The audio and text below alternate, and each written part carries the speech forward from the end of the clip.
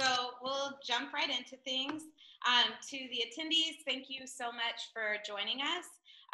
Just as a small housekeeping note, if you have any questions throughout the duration of the webinar, feel free to type it into the chat. And if we have time at the end, we'll try to get to as many of the questions as possible. Paloma is going to help moderate some of the chat conversations, so she may be able to help yield some of your questions as well. So thank you again. Really quickly, my name is Alicia English. I'm the community manager here at the Teachers Guild. And at the Teachers Guild, we are a professional learning community that really focuses on growing teachers as creative leaders. And part of the expert panel today, we are working with and really proud to partner with the Learning Accelerator to answer the question, in our collaboration, how might we empower students to drive their learning and authentically demonstrate mastery? So our design collaborations are a 14-week open online design challenge, and it's designed for teachers to share and to develop their ideas to best-in-class solutions. So I don't want to talk too much. I really want to make sure that we have time for our panels, and I'm actually going to turn it over to Jennifer, who's going to share a little bit about the Learning Accelerator and a little more about today. Kick us off. Great, thanks. Hi, I'm Jennifer Wolf. I'm a partner with the Learning Accelerator. I want to start off by thanking this amazing group of panelists for joining us today, who all bring an incredible level of expertise around personalized learning and student-driven classrooms, so really appreciate your time today. We are really excited to be partnering with the Teachers Guild on this personalized learning collaboration to really try and unearth teachers' innovative ideas and help push some best-in-class solutions for these questions around demonstrating mastery in authentic ways and how to get students to drive more of their own learning to help catalyze the field of blended personalized learning, which is what we're in business to do here at the Learning Accelerator. So to get started, what I'd love to do is ask each of you to introduce yourselves, which organization you're from, and answer our opening question, which is, when you hear student-driven, what does that phrase mean to you? And I will start with you, Amalia. Hi, thanks for that introduction. And my name's Amalia Lopez, and I work in Lindsay Unified, which is a TK-12 public school district in the Central Valley of California. And we have had a learner-centered model for many years now. And my current work, I have a background as a high school English teacher. And my current work is in curriculum and instruction at the district office for grades 6 through 12. And your opening question brings to mind our learner-centered model of that the learners are at the center of the work. And student-driven doesn't happen if you don't start with the premise that everything, including fiscal decisions, curriculum decisions, how everything is constructed from the ground up, starts with the learner at the center. Great, thank you. Going around, well, at least my clock on my visual. I'll turn to you, Chris. Sure, thanks everyone. Chris Vergara here at Leap Innovations in Chicago. We're a nonprofit. We work with schools on personalized learning and the research behind it. So for student agency or student-driven, for us, we call it learner-led, and have kind of found 5 main parts of that experience. 1, co-design. 2, students articulating their interests, strengths, and needs. 3, monitor and reflecting on their progress. 4, setting goals and plans. And then 5, that self-advocacy. So we kind of look for those 5 elements in student-centered or student-driven classrooms. Wonderful, thank you. Next, I'll turn to you, Nicole. Hi, everyone. Nicole Assisi with Thrive Public Schools in Southern California. We're in San Diego. I love that every person before me has sort of used more and more compelling words to sort of talk about student-driven, right? Because it's this big idea, like, what does it mean that students are in the driver's seat? And, Amalia talked about learner-centered, and, Chris talking about learner-led and setting goals. And I think for us, it means constantly pushing ourselves to do more and to look at the student-driven learning not as the what, but as an aspirational vision. Like, what can we do to really put students in charge of their learning? And at Thrive, that starts with 2 pieces. One is letting students and teachers really brainstorm, what are all the ways that you can have control or power with rather than power over somebody? Like, how can we create a power with system with students where students and teachers have some level of power, and then really having those dialogues and checking in on those things continuously so that it becomes really a way of doing and a way of thinking than rather just like a single outcome or one right way to do it, because every kid and every teacher needs a different level of control over situations. Great, thanks for that. Heidi? Hi. My name is Heidi Vasquez. I'm a teacher at the Compass School, which is a K-8 charter school focusing on environmental sustainability and social responsibility. I'm also the personalized lead teacher there, and I was part of the Highlander Institute's Cohort 1 Fuse Fellows. And so I'm happy to be here today. And all of the people who've spoken so far have sort of taken a lot of the words that we have at Compass.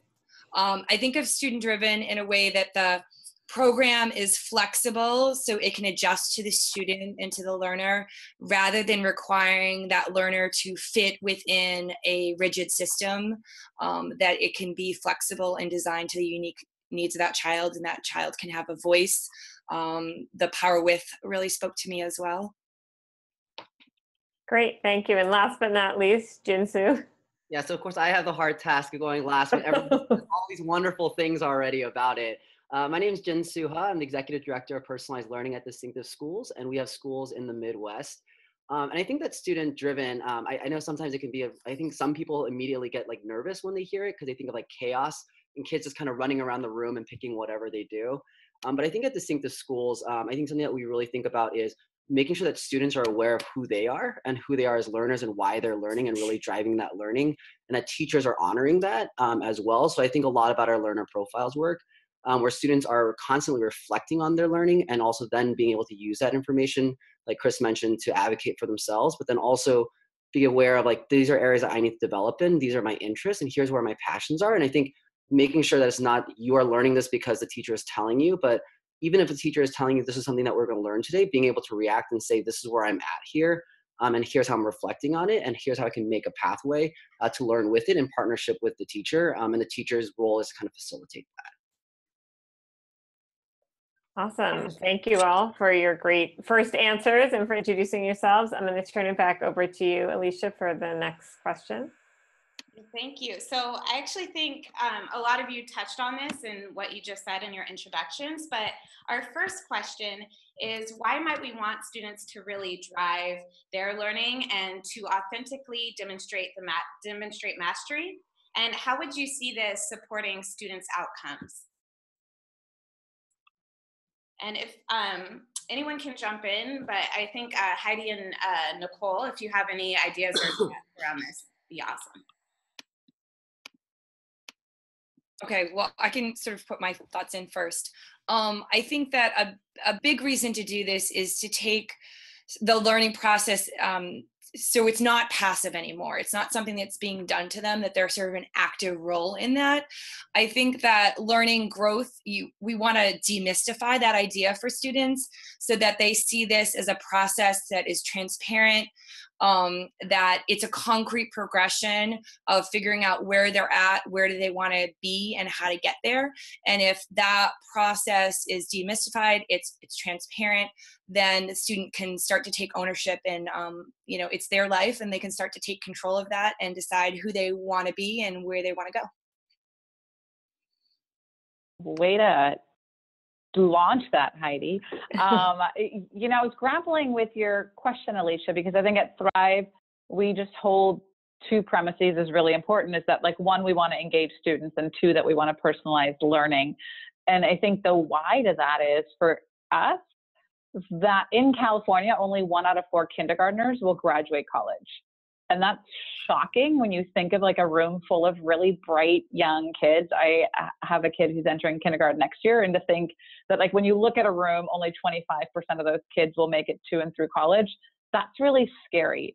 And how we've done education clearly isn't working, and you can judge that, or you can sort of have all sorts of feelings around that. But the reality is it isn't working, and we have ample evidence that it isn't. And so I think it's up to us to re-engage students and to really reimagine what education looks like. And I think when you put a room full of really smart educators together, like the people that are on this panel, what we come up with is the best way we can think to do that is by giving students voice and choice.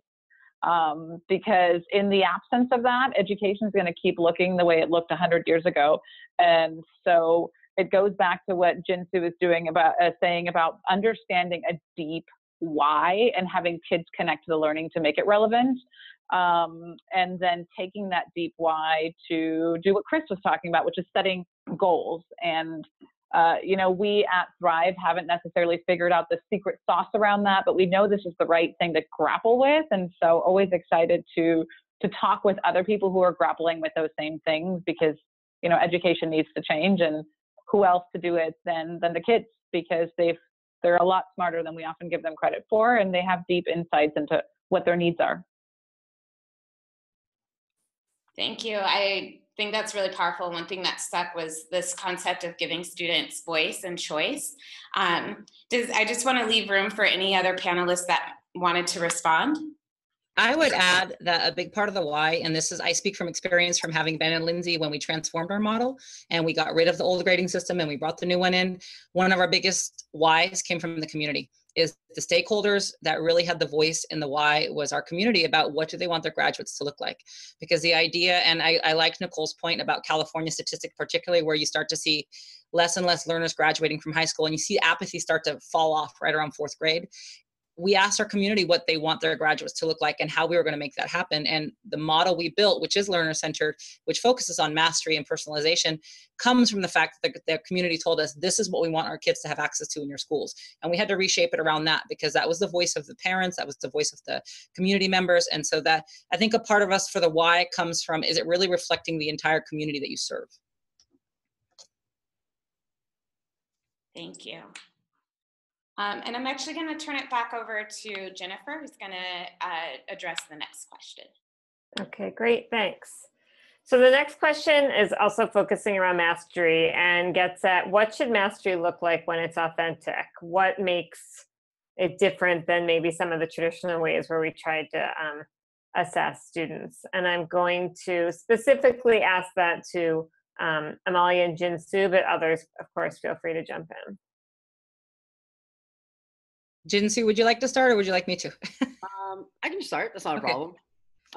So I think that, you know, when we think about mastery, I think something that's always challenging is, what does mastery actually mean? Like, I think about if I gave a quick 3-cent, you know, exit ticket at the end of class, a quick formative assessment, and the students got it, but it was just simple mechanics. I'm a former math teacher, so that's where my head goes to. Like, did they actually master it? Or if they showed it on Khan Academy, but not on ST Math, on the same objective, did they actually understand it? And I also just think often about, you know, I would have taught a lesson that day and students remembered it well, but then if I spiraled that same objective in 3 weeks later or in a completely unfamiliar setting when they weren't expecting it, then they weren't really demonstrating that mastery. So it wasn't actually deep, sticky knowledge. And I think, you know, often, one, like when we think about mastery, like one, we need to really get to that depth of knowledge. And two, I think the ability to integrate it in an unfamiliar setting where they can tie it together. So I think in a holy grail kind of situation, we want a student knowing how to do them. You know, we want to know the students how to add fractions. That's something we want them to know how to do, but we want them to get to a word problem and get deeper there.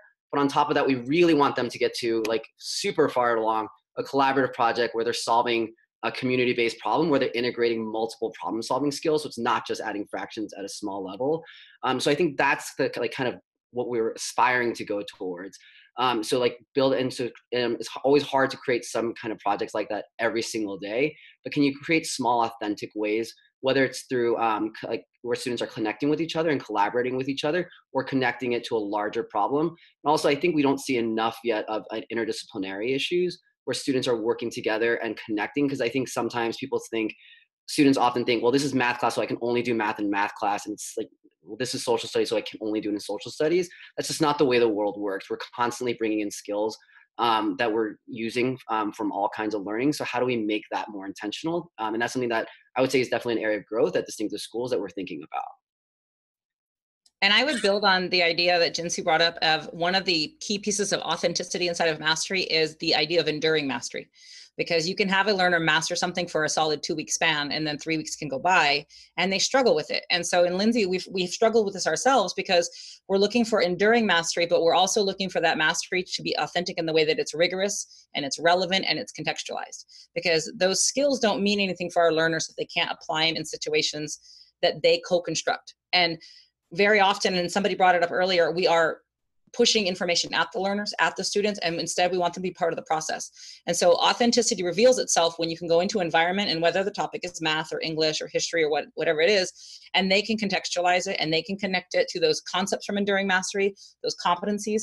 But one of the biggest roadblocks to having any authenticity at any grade level, whether it's kindergarten, whether it's 12th grade economics, is the systems behind it, and the systems that the teachers and the staff and the curriculum departments have put together to allow those options to happen and to allow those customized structures to happen. And so we continue to struggle with how authenticity comes about in the mastery environment. But what we know now is there is a significant difference, like Jinsu said, between enduring mastery and surface level mastery. And we also know that if learners can't contextualize it and they can't speak to the rigor, they should be the most informed person about that mastery. They should be the most informed person about their learning. And if they aren't, we have to question what we haven't built for them to be able to do so.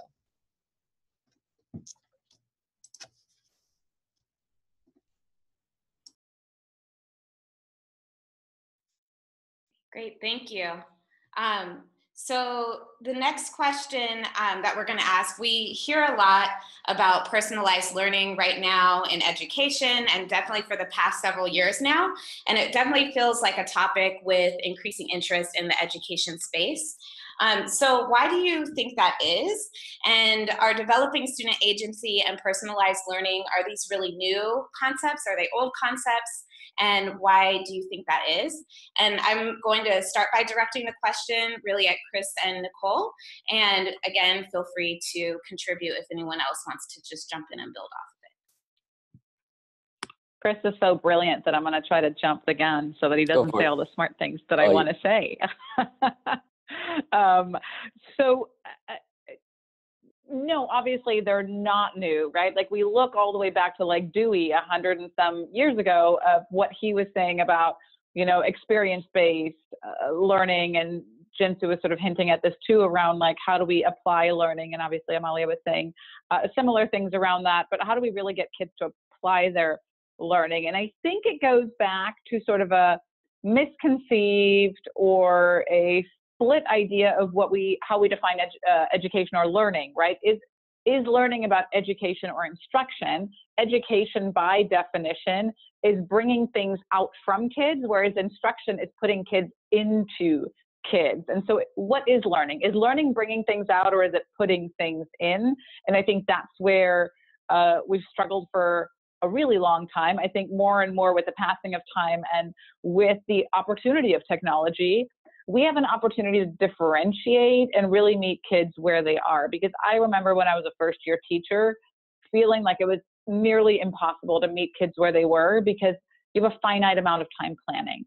You know, everybody out there that's listening right now, you know, nobody works harder than a teacher when it comes to prepping and thinking about and really trying to do the right thing for kids.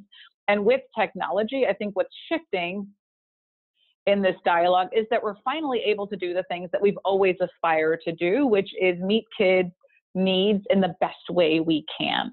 And so, you know, on that note, it's like, how do we educate and bring out in kids what is great, and how do we instruct and put into kids new information that they can now grasp a lot more easily through, you know, Jinsu brought up Khan Academy, ST Math. And so we now have an easier way to balance that, whereas I, as an instructor, can truly focus on taking things out of kids and really bringing their best selves to the table and getting it out. And I'm no longer spending most of my time to like fill things into their brain, sort of open brain, pour in water, like that's no longer it. So I guess that was a really long-winded way to say that. Over to you, Chris. Love it. Obviously, second all of that, and in the same spirit of just, I see it a bit of like, it's a mixture of old ideas. I think reading Dewey is amazing because it almost echoes a lot of the conversation around personalized learning today. but we are in a bit of a new era where there's new capacities. The workplace and society looks a little bit different, and so being able to create and collaborate seems to have more emphasis, which I think is fantastic to see. And then in terms of just what brings personalized learning more to the forefront, I mean, I know a lot of people on the panel, we've probably been at this for years and seen the kind of wave and continue growing movement. And I think part of it is just that there really is some promise here. If you visit any of these schools, you're seeing better academic gains, but I think equally importantly, here in Chicago, we're seeing increased attendance, massive reduction in behavior issues, students with special education or RTI, et cetera, kind of better integration, totally second in terms of increased teacher capacity. So there's a lot of just huge wins to different parts of education that are happening here when personalized learning is done well. And at the end of the, I mean, for me, it's just, you walk into some of these classrooms, I mean, coming over to Distinctive, and like the joy in the kids and their learning is just, it's just awesome. And there's an emotional side to it as well that I think is really what's going to help prevent kids from dropping out and you know, taking ownership of their education K to 12 and even beyond that.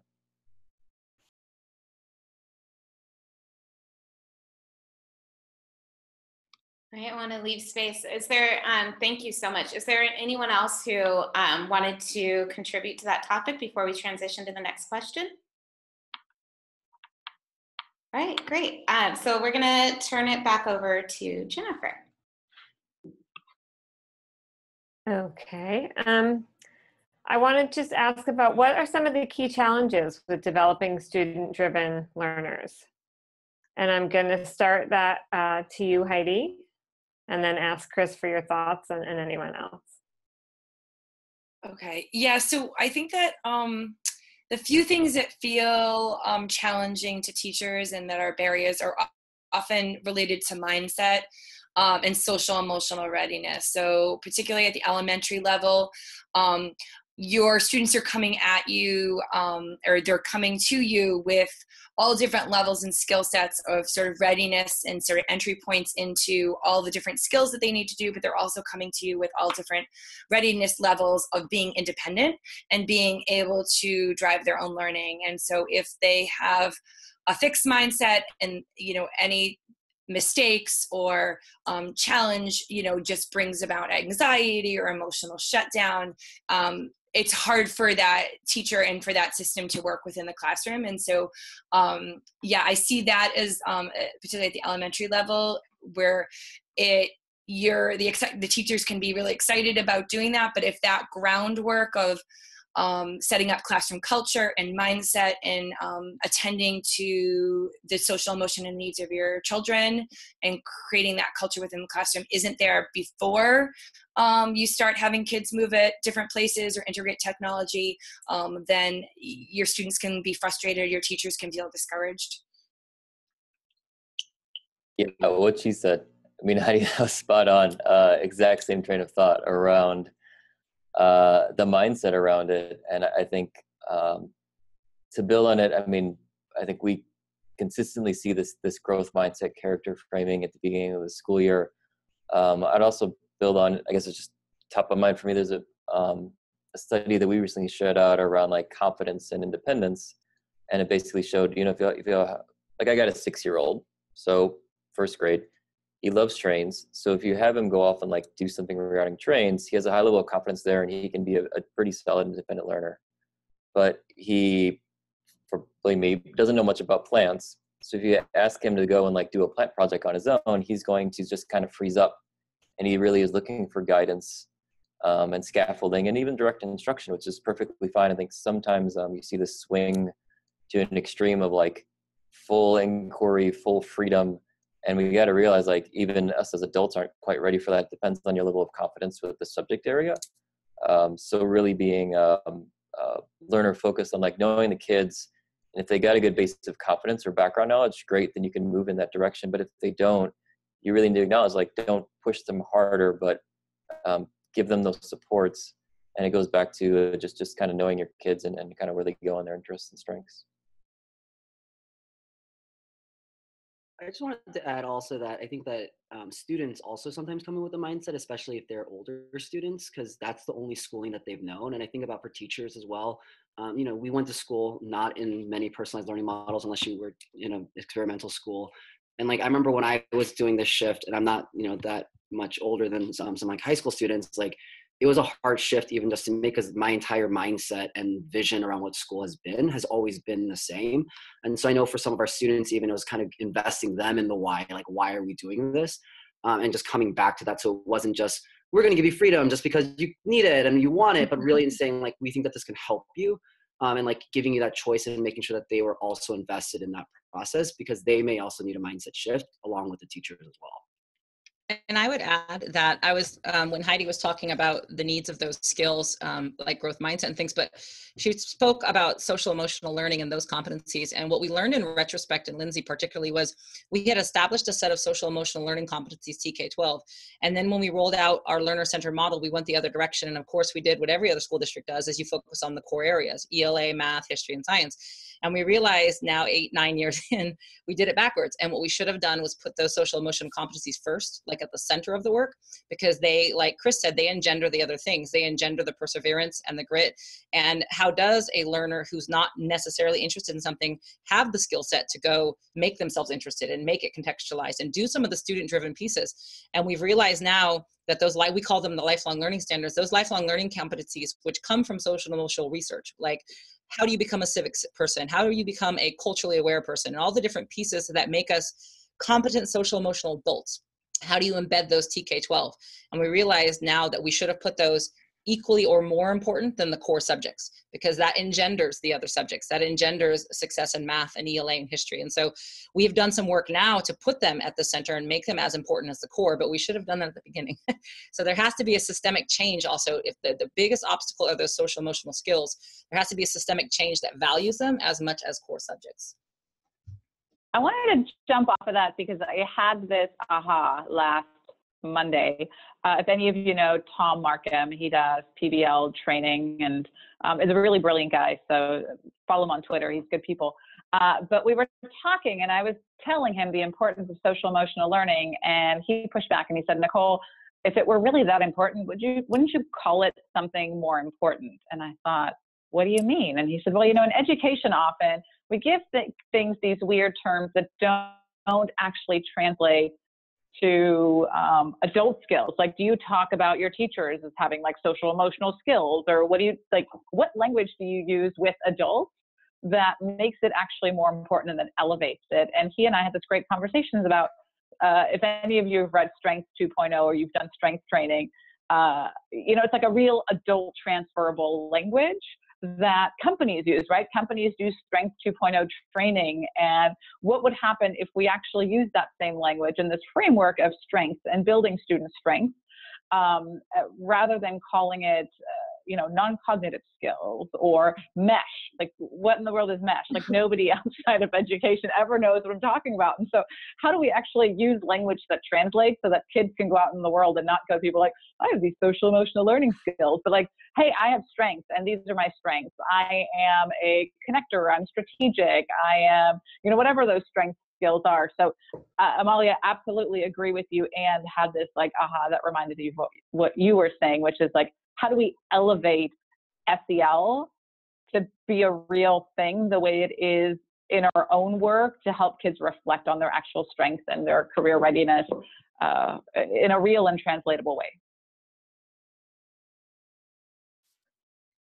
Thank you so much. That's terrific. So there's this ongoing narrative that when classrooms and schools try personalized learning, that there's a risk of sacrificing rigor with the content. How do you all think that we can maintain that rigor while still ensuring that students are driving their learning? And I'm going to also direct this one, Amalia and Jinsu, just to start, and then you can feel free to jump in. Well, I can speak to this one at depth because this is a large part of my job right now. And again, this is one of those things that we've learned in retrospect, because when goes back to the earlier question about, is personalized learning new? And it's not, but certainly the national conversation about it is different now than it was 7 years ago. And I remember 7, 8 years ago when Lindsay started our model, very few people were talking about it like we talk about it now. And one of the biggest questions was about that exact issue about rigor and content. And we have learned that you don't compromise rigor when you do a couple of things. And the first is common understanding. And so if you put, my favorite example, Jinsu, you'll appreciate this, are high school math teachers.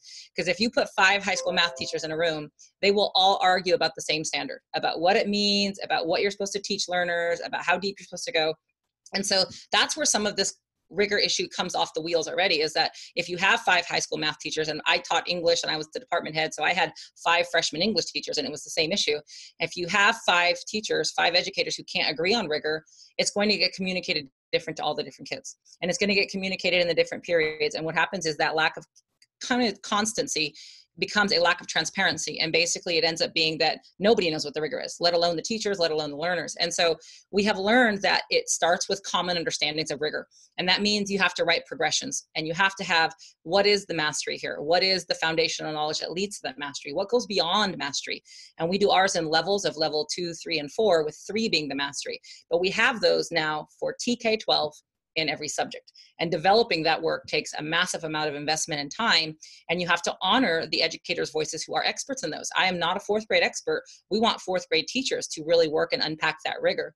And then the next piece is transparency. So once you've established that common expectation of rigor, it has to be 100% transparent to everybody involved, to other teachers, to your site admin, but more importantly to the learners. And if they don't know what the expectations of rigor are, if they don't know what ways it can look like, and somebody brought up earlier about voice and choice, that all has to be unpacked, and it has to be transparent, and it has to be grade level appropriate.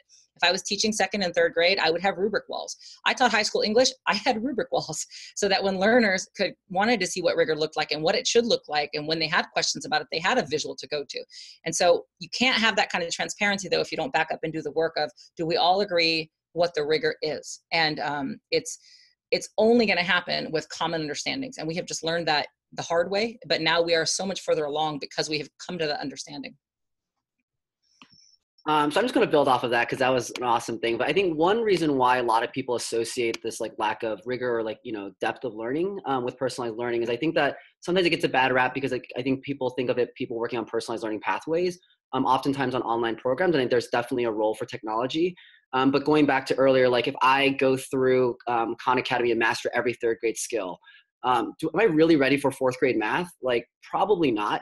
And then also I think that oftentimes the data that you get from the programs, educators often use it in a really good way of remediation, where they're noticing these are areas where students are really struggling. I think one way we haven't been using it as well is on the higher, when students have mastered it, being like, now you're ready for this project. So I think about the Summit Learning Platform, which our middle schools use, and using that as a way where students demonstrate mastery at a basic level, and then they're able to go, we're now going to use it at a project, and then work as a group and collaboratively work together in order to do that. So I think that there are ways to use it. I think the scary form of personalized learning, and I put that in severe quotes, is when kids are behind a computer just sitting there and working on a pathway and saying, oh, I've mastered it, and I've mastered 2 grade levels in like 2 months, and now I'm ready for high school math. And it's like, no, like there's still a lot more to do. There's a lot more depth. So getting to that common understanding, I think, is critical around what are we going for when we want that depth of understanding with students, and really getting on the same page of what personalized learning is and what it isn't. For us, I get very nervous when people are just point to kids on a computer and say personalized learning, because that's not what it is. It's really being able to meet students where they're at, and personalized learning technology has a role in it, I think, but it's not the only way. And it's really just making sure that we're leveraging that information and data, and students owning that data for that matter, and making sure that they're able to apply it in a real way. And Jinsu touched on a really important point, is when learners get beyond mastery, whatever you've established as the rigor of that level, that mastery, that is something also we've struggled with, because again, every teacher's interpretation of what is more learning ends up often being more work, and it shouldn't be more work. And so we've had to come up with protocols to help all of our teachers, TK-12, all of our facilitators, to understand when a learner is ready for more, because they can go beyond our expectations of mastery. It should be more complex content, or it should be more complex context of learning, or they themselves are coaching another learner to level 3 with support and kind of moderation by the teacher in the room. And so that's a really interesting point, because you could walk across 5 freshman high school English classes, and what is more complex is going to be in different levels unless you've established some of those protocols to guide what's the next level of rigor. And this is Chris, to jump in. I mean, spot on, I think, on the continuum around that. One other thing that I'd say we've seen in our work here is this mindset that I think is dangerous, that personalized learning is self-paced and therefore it's like frictionless. Because productive struggle and like hard work and like is critical to learning experience. And even, I mean, things have shown like when it is more challenging, you have better long-term retention around it. And so in the design of lessons and all that, don't think like just because a kid is sitting there getting frustrated work or something means, oh my gosh, I'm not at the right pace or level for them. There's parts of it where you're intentionally designing for that productive struggle and kids working through it, and the grit and other things we've talked about on this panel already. That's one thing that scares me about personalized learning, is when people take it in the wrong direction, when really it doesn't mean dumb down the curriculum or anything of that nature. You still have high expectations across the board. Thank you so much. Okay. Next, we're going to turn to a slightly different topic, which is around community. And I think we've all heard about the importance that community plays in helping create classrooms that are really centered around the unique needs of each student. I'd love for you to tell us why you think community is important. And I'm going to start with Heidi and Nicole, and then open it up to the rest of you. Okay, so I think I've spoken to this, and I think other panelists have also spoken to this, but I just, I think that the community is at the core, and that if you're not creating a sort of safe space in which all learners are honored and respected for their gifts, their individuality, and what they bring to the environment, then all of the other things that you do, whether it's self-pacing, whether it's project-based learning, it's really going to be hard to accomplish because that foundation isn't there. And so I think community is really important in just helping kids know that we're all unique and individual, and we have a fixed, we have a jagged profile, and what's an area of strength for one and maybe an area of challenge. And if we can, collaborate and work together on that, we're going to help each other move along, and that it also feels safe. So at this moment of the day, I'm really struggling and I need to work through this, and I might be feeling a little bit of that sort of good stress to get there, but another child might be, moving ahead, and we're all in different places, and that feels okay. It's not a competition. We're all sort of on our own journey and our own path, and we're going to support each other in getting there.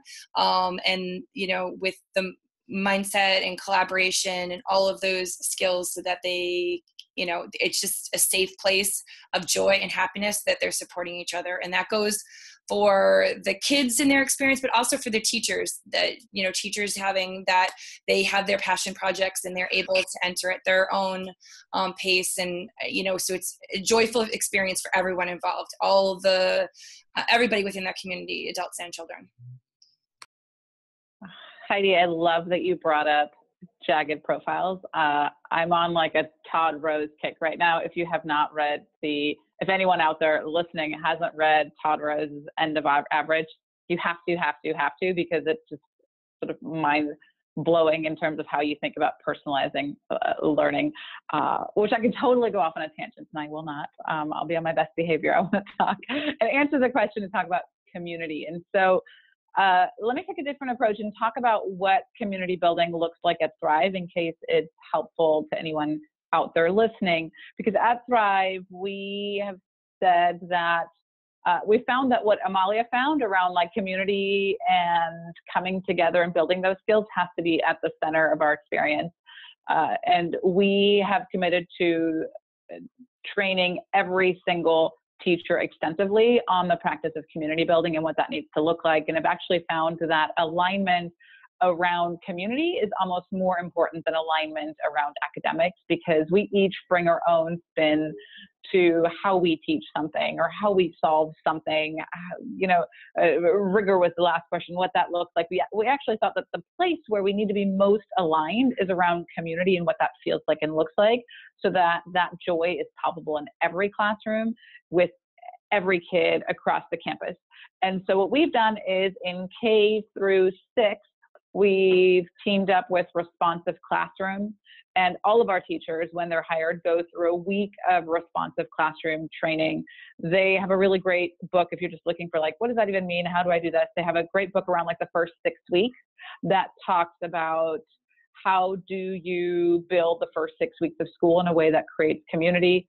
That's really, really powerful. And their trainings are reasonably priced. I think a one-day training is like $150. And, we send our whole staff for a whole week because we feel it's that important.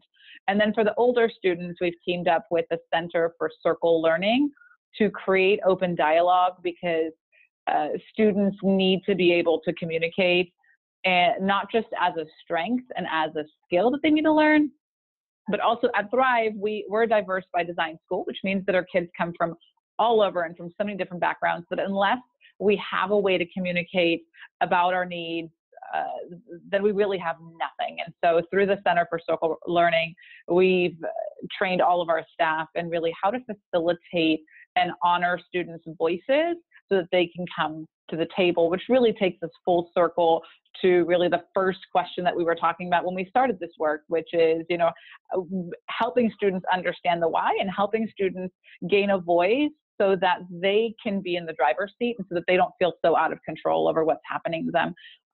So again, those are just 2 specific ways that we do that. And if anyone's listening, you're always welcome to come visit Thrive. And I think you should visit Amalia. She hasn't invited you yet, but you need to go to Lindsay because they're doing really awesome stuff in all these places. I mean, obviously everybody's doing some really cool stuff, but Lindsay's doing magical things. But if you want to talk community responsive classroom or circle learning, hit me up afterwards. I'll gladly share my contact information. Well, I'm afraid we're not as magical now because that's a high bar you set. But I would like to add, because you brought up some great points about responsiveness and then the difference between older and younger learners. And the idea of community, you have to look at it both ways. You have to look at it as an internal process that your district or your organization addresses, and you have to look at it as an external one where you are building a network. And internally, we have all of our learners build a code of cooperation. And our director of technology, Nick Namba, he has a great statement about if there's a code of cooperation in a classroom and it is laminated, there is something wrong with it already, because that means it existed last year and your learners didn't have a voice in it. And it's the truth. And from the years in my class, in the classroom here at Lindsay, the thing about community and building responsive classrooms, particularly with older learners, is if you ask for feedback about if their classroom is working for them and if it is built in a way that engenders success for them, they will tell you. And so it's this funny thing about adults. It's like we want to say, hey, give me your voice, but then suddenly it's too much voice sometimes. And there's a humility involved in this, is that if a learner comes to you and says, hey, you know what, Mrs. Lopez, you didn't do it today. I didn't get the help I needed. This didn't work for me. This assignment is still confusing. You have to recognize that you built a classroom that let that voice happen, and you have to honor that that voice is now coming to the surface. And I love the joke that Lindsay learners, because of our model, because of kind of the responsive approach, like you mentioned, Nicole, that we take here, is they will really tell you if their community and their culture is not what they want, and you will hear about it. And you will hear about it more than you want to hear about it. But the other thing is you have to have your classrooms be a reflection of the community. And this has been a very important shift for us in the last couple of years as we've continued to build curriculum and options for mastery and all these different project-based learning pieces. We've had to ask ourselves as a district, what are we trying to reflect? Well, we have a lot of learners because we're in the Central Valley. If you have avocados on your table, they probably were grown here. And we talk about these are kids that want to go into ag. They want to be farm managers. They want to go into certain fields. We have to honor that. And so we've had to build pathways and academies at the high school level, particularly, that reflect that. And so there's this internal, external community piece that I think it starts in the classrooms, but it has to be cognizant of what's outside of it as well. Fantastic. Thank you. Yeah, thank you again for all of the responses. We're actually transitioning. We have 2 more questions. There's just about 10 minutes left. Again, these responses are amazing. You can't see it, but I have a whole list of just everything you all are writing down. So I'm just going to articulate again, thank you. I know we keep saying that, but thank you again. So one of the last questions, we know that as students are starting to shift to authentically demonstrating mastery, there's really been an emphasis on the importance of not only celebrating successes, but also having the chance to really learn from failure. However, learning from failure is sometimes hard in the context of a classroom and for classroom cultures to really embrace.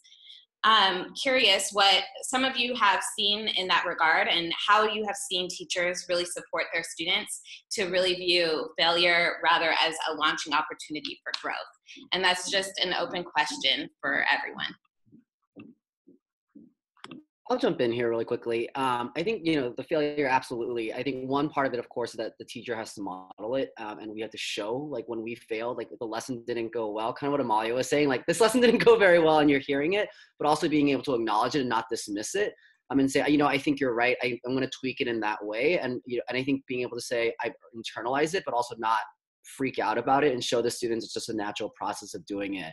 I think that it's important that you model it for everyone and also point it out for students when they're genuinely trying at something and showing what's good failure versus bad failure. Like, if you're not trying, that's not a good failure and you don't want that. But when a student has genuinely put an effort, thought through a process and it didn't turn out, being able to say that's okay, and here's why it's okay, and then being able for them to reflect on why it didn't work and then come up with a game plan. I've also found that this is especially true for some of our kids who test high in certain areas. I think that one danger that we've seen with personalized learning is it becomes glorified tracking. And so a lot of our traditionally top scoring students have a real discomfort with failure, and calling them out on it is really, really hard. And so I think one thing that personalized learning has done well can be really powerful is that showing that everyone fails at times and everyone succeeds in different things at different rates, and that's okay.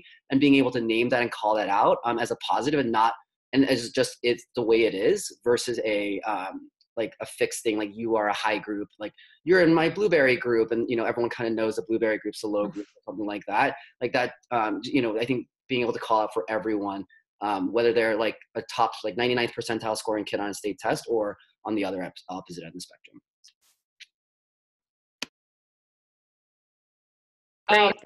I was just going to jump in with I think that a lot of it has to do with praise and, really, success comes from effort and strategy and really focusing on the effort. And then if a child is really putting that effort and they're still not learning, then we need to adjust the strategy. And if you can really focus on success coming from those two places, and then, people can feel okay with that. And then again, modeling within your classroom about your mistakes and examples of mistakes, even from literature and so forth, and how that, those mistakes lead to design and their opportunities. And you can do that at every level, from conflicts within your classroom between students, or challenges your class is having on transitioning and having a problem solving meeting and not attacking the person, but really seeing that as an opportunity to have your community grow and learn from that mistake. And just again, modeling that and emphasizing that, for every mistake, whether it's social, emotional, or whether it's a learning one, there is an opportunity to grow and learn from that. And that comes from the teachers making lots of mistakes and owning that. And then, just making it okay for the kids and framing it in a way that's positive. And this is Chris. I'd say two classroom level strategies we've seen be effective. One, as mentioned previously, just teach about growth mindset and deliberate practice, because that just creates a language for the classroom and the teachers and the staff. And just doing it at the beginning of the year allows so much more discussions to happen. And then two, whenever, if possible, student solves a problem, the response of not necessarily just a right or wrong, but also does anyone else have another way to solve this? And it creates this mentality early on that there's more than one way to get to the solution. And we've really just seen the culture of a classroom evolve month to month if a teacher really deliberately puts that into the language, and then kids start to realize, hey, look, there's lots of ways to get here. There's not just a binary, right or wrong answer or a right or wrong way to get to the answer. So as a mommy, I completely struggle with this because I have a kid who will always tell me but I can't, and he'll break down in tears. I was like, yes, you can. You just need to keep trying and keep practicing, put in some effort. But one of the things that I've actually found at work, and we've actually been reading a lot of research around how mindset and culture actually link sometimes, and how for some of our students of color, there's a real fear about not getting things right and a real belief that there is only one right or wrong answer. And so how do you create a safe space to really make sure that students understand that, like, you know, there might be multiple answers, right? There are many ways to solve this, but realizing also that different students come with a different philosophy or a different belief around the validity of that statement, and that we can't just assume by me saying, like, no, there are multiple ways to get this right. Like, how do we keep modeling that, and how do we keep doing that, and how do we allow for space that makes it safe for students independent of background, independent of you know, family culture or heritage, to really make that true, that everybody's a novice and everybody's an expert, and you can contribute in a way, and giving them those wins, and creating wins for all kids, even in a math class, right? So that you're not the kid who can't do math, like there is something you can do, and building on what students can do to build that. And again, it's something we're grappling with. We haven't solved it, but really in the research that we've been looking at is really like, how do we solve for the needs that our students bring to the table, and how do we not invalidate that, like, in their household, they are told that there is one right way and many wrong ways to do things. And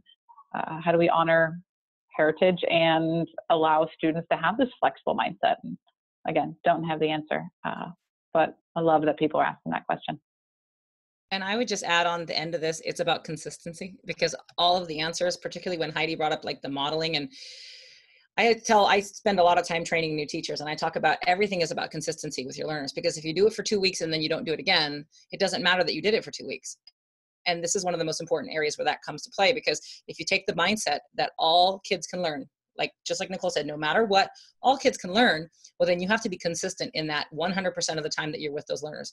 Every day of the week, 5 days a week, even when you're emailing them at night with feedback on their essays, you can never waver from that. And so there's just this really easy piece right there that gets overlooked, is if you're not consistent in that practice, the mindset won't shift. It will start to shift, but then the second the teacher or the educator or the adult that's trying to change that mindset with a learner stops doing that, it's like you backslid all the way back to the beginning. And so I know from the years of teaching learners who could not pass the Casey High School exit exam, for many, many learners, low academic confidence, lots of literacy skills, I had to be so hyper involved and so consistent with my mindset shifts with them, because it took 4 to 5 solid months. But that's because I had to kind of hammer away at it every single day.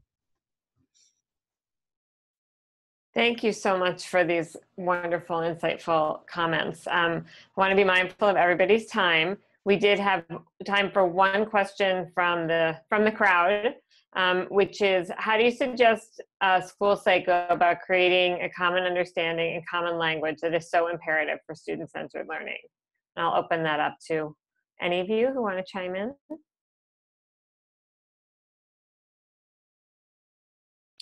I was just going to say one thing that, and Amalia reminded me of this, is that you have to have this, you have to create time and space for it. I think that it's oftentimes like people neglect it, because I think that we do, of course, naturally place a premium on teaching time or things like this.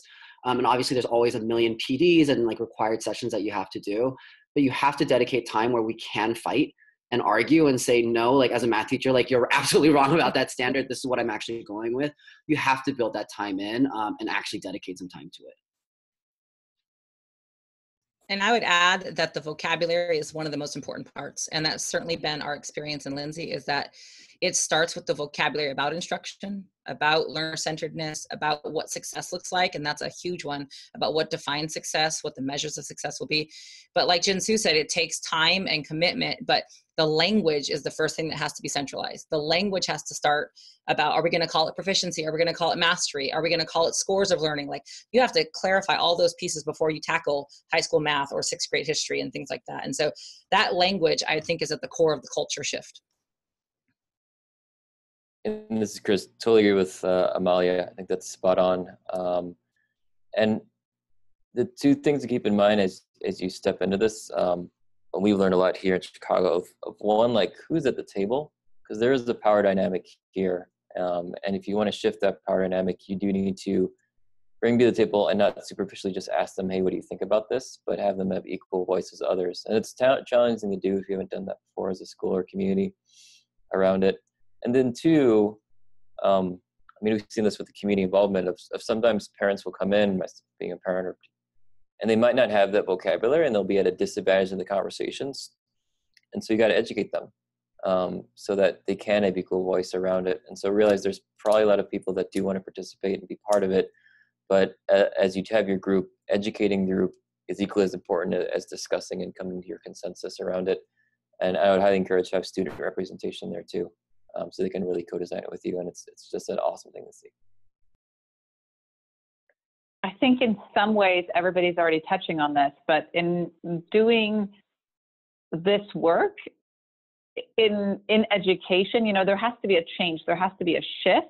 And we often forget about the importance of change management, and that a lot of really smart people actually have some really brilliant things to say around change management. And if you're not currently in a school that believes in student-driven learning or learner-centered pedagogy or personalized learning, like really taking a step back and taking a change management theorist, you know, whether it's Kotter or somebody else, and then going like, okay, what do I need to do? What are my steps? Okay, I need to create the need. I need to communicate the need. I need to, you know, get stakeholder buy-in. It seems silly, but you'll save yourself a lot of heartache because you do need to define your terms. You do need to get everybody on the same page. And again, just taking a change management theory and working your community through that, whether explicitly or implicitly, is really, really important and often overlooked.